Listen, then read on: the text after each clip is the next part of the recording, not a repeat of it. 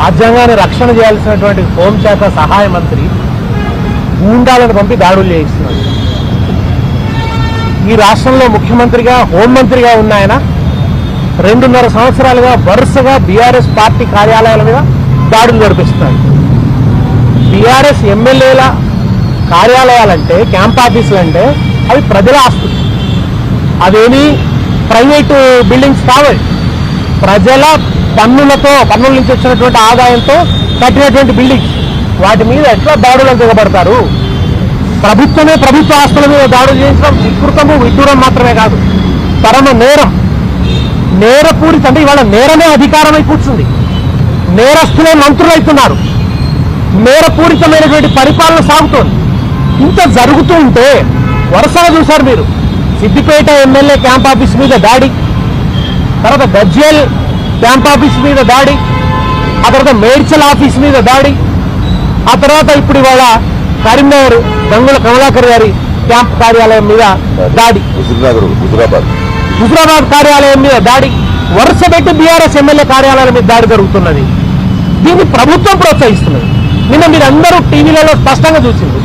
గుండాలు రెచ్చిపోతున్నారు, ఆ కారు అద్దాలు పగలగొడుతున్నారు, పాడి కౌశిక్ రెడ్డి గారిని చంపేస్తామని చెప్పి బాహాటంగా ప్రకటిస్తున్నారు. పోలీసులు బుజ్జగిస్తున్నారు. వాళ్ళ నడుము పట్టుకొని బతుల్లాడుతూ అయ్యో పక్కకు రండి అని కాసేపు వదులుగా పట్టుకుంటారు, కాసేపు గట్టిగా పట్టుకుంటారు. అంటే నువ్వు ఇంకా 2 పగలు కొట్టానట్టే ఉంది వైఖరి. లోపలికి ఎట్లా ఎంటర్ అవుతారండి? కార్యాలయం లోపలికి ఎంటర్ అయిపోయి కుర్చీలు పగలగొట్టి అద్దాలు పగలగొట్టి ఇవన్నీ చేస్తుంటే ఇక్కడ పోలీసులు ఉన్నట్ట? ఈ రాష్ట్రంలో శాంతి భద్రతలు అమలవుతున్నట్ట? అంటే రాష్ట్రంలో శాసనసభ్యుల ప్రాణాలకే రక్షణ లేకపోతే సామాన్యుల పరిస్థితి ఏమిటి? కౌశిక్ రెడ్డి గారు ఇంటి మీదకి దాడి చేశారు కదా, ఇక్కడి నుంచి ఎన్ని పోలీస్ స్టేషన్లు దాటుకుంటూ వెళ్ళారు. ఇవాళ మేము ఏమైనా ఒక చిన్న బంధకాలు ఇస్తే, లేదా ఏమైనా చిన్న సమ్మెకు సంబంధించిన మద్దతు ప్రకటిస్తే, ఆర్టీసీ సమ్మెకు మద్దతు ప్రకటిస్తే ఏదైనా పెడితే మమ్మల్ని హౌస్ అరెస్ట్ చేస్తున్నారు కదా, బయటకే రాణిస్తున్నారు కదా. అట్లాంటిది గుండాలు స్వయ విహారం చేస్తూ లాఠీలు పట్టుకొని రోడ్ల మీద నడుస్తూ కార్యాలయాల దగ్గరకు వచ్చి దాడి చేస్తున్నారని చోద్యం చూస్తారా? ఏం జరుగుతుంది వాళ్ళ రాష్ట్రంలో? ప్రజలు ఆలోచించాలి. గత 10 సంవత్సరాల్లో ఇటువంటి పరిస్థితి ఉందా? ఇట్లా శాసనసభ్యుల కార్యాలయాల మీద వాళ్ళ ఇళ్ల మీద కానీ దాడులు జరిగాయా? యథేచ్ఛగా ఎన్ని మాటలు మాట్లాడారు? కేసీఆర్ గారిని అవమానిస్తూ దారుణమైన మాటలన్నీ మాట్లాడారు, అనేక మంది మాట్లాడినారు. అట్లా మాట్లాడిన వాళ్ళు ఎవరి మీద కూడా భౌతిక దాడులకు పాల్పడలేదు. భౌతిక దాడుల సంస్కృతి, ఫ్యాక్షనిస్టు సంస్కృతి ఈ ప్రభుత్వం రాగానే ఎమ్మెల్యే క్యాంపు కార్యాలయాల దగ్గర ఉన్నటువంటి ఆ శంకుస్థాపన మన ప్లాంట్లన్నింటినీ కూడా పగలగొట్టడం మొదలుపెట్టారు. మొట్టమొదటి రోజు నుంచి అరాచకం అరాచకం అరాచకం, భాషలో అరాచకం, చేతల్లో అరాచకం. ఏం మాట్లాడుతున్నాడు ఆయన హోంశాఖ సహాయ మంత్రి? కనీసం నేను ఒక హోంశాఖ మంత్రిగా ఒక పదవిలో ఉన్నాను, సంస్కారవంతంగా మాట్లాడాలని లేకుంటే ఎట్లా? పుట్టుకల గురించి మాట్లాడతారా? ఇంతకంటే దుర్మార్గం ఇంకొకటి ఉంటుందా? ఇంత కుసంస్కారమా? ఇంత దిగజారిపోవాలా?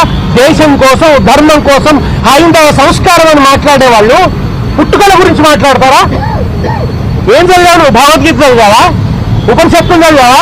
నీ జీవితంలో నీ నోటి నుంచి ఒక శ్లోకం వినలే, నీ నోటి నుంచి ఒక మంచి మాట వినలే, నీ నోటి నుంచి ప్రజల కోసం అని కమిట్మెంట్ తో మాట్లాడే ఒక వాక్యం వినలే. పొద్దున్న లేస్తే కేసీఆర్ తిట్టడం, కేటీఆర్ తిట్టడం, కేసీఆర్ తిట్టడం, కేటీఆర్ తిట్టడం. ఈ తప్ప బండి సంజయ్ నోట ఇంకేమైనా విన్నావా? ఏం లేదు. రేవంత్ రెడ్డి గారిని మాత్రం ప్రియురాలు జడతో కొట్టేట్టు కొడుతుంటాడు అప్పుడప్పుడు. అది చిన్నపాటి విమర్శ. ఇంత కొనుగోలు జరగడం లేదు, రైతుల పాపం ధాన్యం కొనుగోలు జరగక అల్లాడుతున్నారు రైతులు. ఎక్కడున్నారు బండి సంజయ్? అది పట్టదు ఆయనకి పొద్దుందాకా బీఆర్ఎస్ మీద పడడమే. ఇవాళ రేవంత్ రెడ్డితో బిలాహతై బండి సంజయ్ సాగిస్తున్నటువంటి ఈ దురాగతాన్ని ప్రజలు గమనిస్తున్నారు. బీజేపీ నాయకులారా తారా హుషారు. మీ పార్టీ మూలాలు పెకలిస్తున్నాడు ఈయన. మీ పార్టీకి కూడా ఆయన ఘాతకుడుగా తయారైనాడు. ఈ విషయాన్ని గ్రహించాల్సినటువంటి అవసరం ఉంది. కుసంస్కారానికి, దాడులకు, గూండాయిజానికి ప్రతీకలుగా మారారు రేవంత్ రెడ్డి అండ్ బండి సంజయ్. వీళ్ళ విషయంలో తెలంగాణ సమాజం చూస్తూ ఊరుకోదు.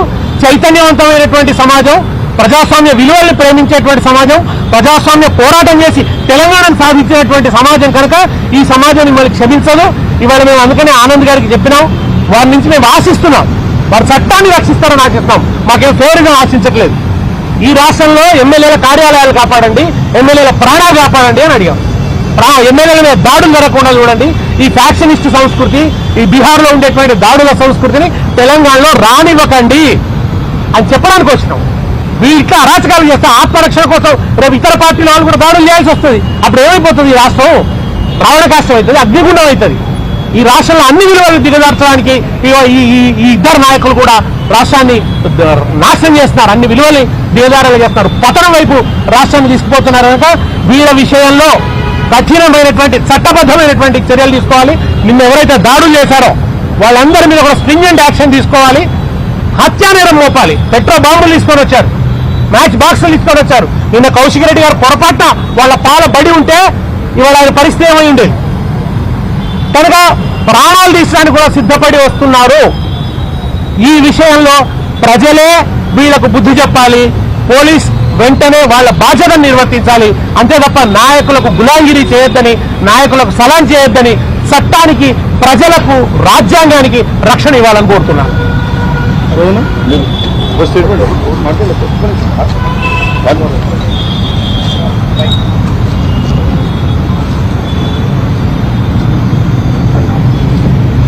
నిన్న మీడియా మిత్రులకు నమస్కారం.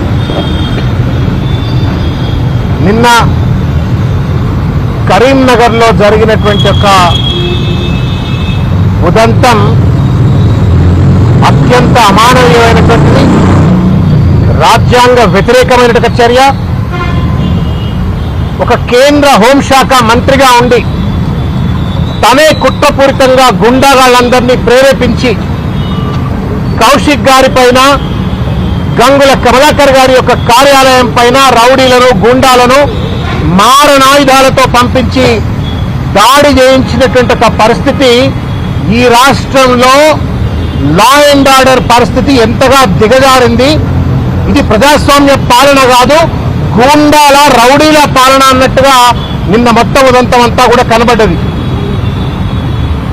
బీజేపీ, కాంగ్రెస్ ఈ రెండు కూడా కుమ్మక్కైపోయి పోలీసులను వాళ్ళ చెప్పు చేతల్లో పెట్టుకొని వాళ్ళ కరీంనగర్లో ఒక దుర్మార్గమైనటువంటి ఒక రాజ్యాంగ వ్యతిరేక రాక్షస పరిపాలనను ఇవాళ కరీంనగర్లో చూపిస్తూ వస్తా ఉన్నారు. కూతవేటు దూరంలో పోలీస్ స్టేషన్ ఉంటుంది, 100 మీటర్ల దూరంలో పోలీస్ స్టేషన్ ఉంటుంది. అంత పెద్ద కరీంనగర్ కార్పొరేషన్ లో ఇంటెలిజెన్స్ వ్యవస్థ ఉంటుంది. వందల మంది గుండాగాళ్లు ర్యాలీగా వచ్చి ఒక ఎమ్మెల్యే కార్యాలయం పైన దాడి చేస్తా ఉంటే గుడ్డి గుర్రం పళ్ళు దొమిందా పోలీస్ వ్యవస్థ అని చెప్పని వాళ్ళ మేము ప్రశ్నిస్తా ఉన్నాం. వాళ్ళ యొక్క నిశ్చేష్టల వల్లనే నిన్న పెద్ద ఎత్తున ఆ దాడి జరిగింది. భగవంతుడి దయ, కౌశిక్ రెడ్డి వాళ్ళ బతికున్నాడు, లేకపోతే ఇవాళ ఆయన ప్రాణాలు కోల్పోయేట్టుగా పరిస్థితి ఏర్పడుతుండే. పెట్రోల్ బాంబులు పట్టుకొస్తే పోలీస్ కేసులు పెట్టారట, మారణాయుధాలు పట్టుకొస్తే పోలీస్ కేసులు పెట్టారట. బండి సంజయ్ గారు లాంటి వాళ్ళ భాష విన్నారా ఏమన్నా? భారత్ మాతాకి జై అనేటువంటి వాళ్ళు మాట్లాడే మాటేనా అది? కేసీఆర్కే పుట్టినవాని కేటీఆర్ని అడుగుతారట ఆయన. కేసీఆర్కే పుట్టినవాని కేటీఆర్ని అడుగుతారట. ఇది తప్పు అని చెప్పని కౌశిక్ రెడ్డి అంటే మేము దాడి చేస్తామంటే ఇది ఎక్కడ సంస్కృతి అండి చెప్పండి? న్యాయమా చెప్పండి? కేటీఆర్ గారట డ్రగ్ ఎడిక్ట్ అట, డ్రగ్స్ తీసుకుండట. ఎండాకాలం కాబట్టి డ్రగ్ ప్రభావం ఎక్కువ ఉండి ఏం మాట్లాడుతున్నావు అని చెప్పని మాట్లాడిండు. ఆయనేం అడిగిండు? ఆయన రోజు తినేటువంటి ఒక తంబాకు గురించి ఆయన ప్రస్తావన చేసిండు. నాకు సంబంధం లేదు మొర్రో, నెత్తి మీద నోరు పెట్టుకుని రేవంత్ రెడ్డి, బండి సంజయ్ చేసిన తప్పుడు ప్రచారాన్ని నిరంతరం కేటీఆర్ గారు తిప్పికొట్టినప్పటికీ కూడా అవసరమైతే నా ఎంపికలు ఇస్తా, నా గోర్లు ఇస్తా, అదే నాయన నేను సిగరెట్ కూడా తాగను అని చెప్పని నెత్తి మీద నోరు పెట్టుకుంటే కూడా పరవేశ దావా కూడా వేసిన తర్వాత కూడా చిల్లర మల్లరగా నోటికి దూరంగా ఉన్నటువంటి వాళ్ళ లెక్క ఏది పడితే అది మాట్లాడుతుంది. మీరు డ్రగ్స్ అంటే తప్పులేదు, ఈయన గంజా, మీరు తంబాకు తింటున్నారు, తంబాకు తింటాడు ఆయన పెద్దమంటే, మరి తంబాకు తింటాడు అని అంటే తప్పు అంటే ఎట్లా చెప్పు? తెలంగాణ సమాజం దయచేసి ఆలోచించమని కోరుతున్నా. ఏ కొడుకైనా ఒప్పుకుంటాడా? లేకపోతే ఏ మిత్రుడైనా ఒక మా నాయకుడిని పట్టుకొని నువ్వు కేసీఆర్కే పుట్టినవా అని చెప్పని అనేటువంటి ఔచిత్యమైంది చెప్పండి? Is the language of civilized leader? Is the language of civilized leader? And that home minister. సభ్యత ఏంది, సంస్కారం ఏంది, మర్యాద ఏంది? ఎవరిని తిడుతున్నావా నువ్వు? ఆ తల్లిని తిడుతున్నావు నువ్వు. బుద్ధి జ్ఞానం ఉందా మీకేమన్నా? ఇది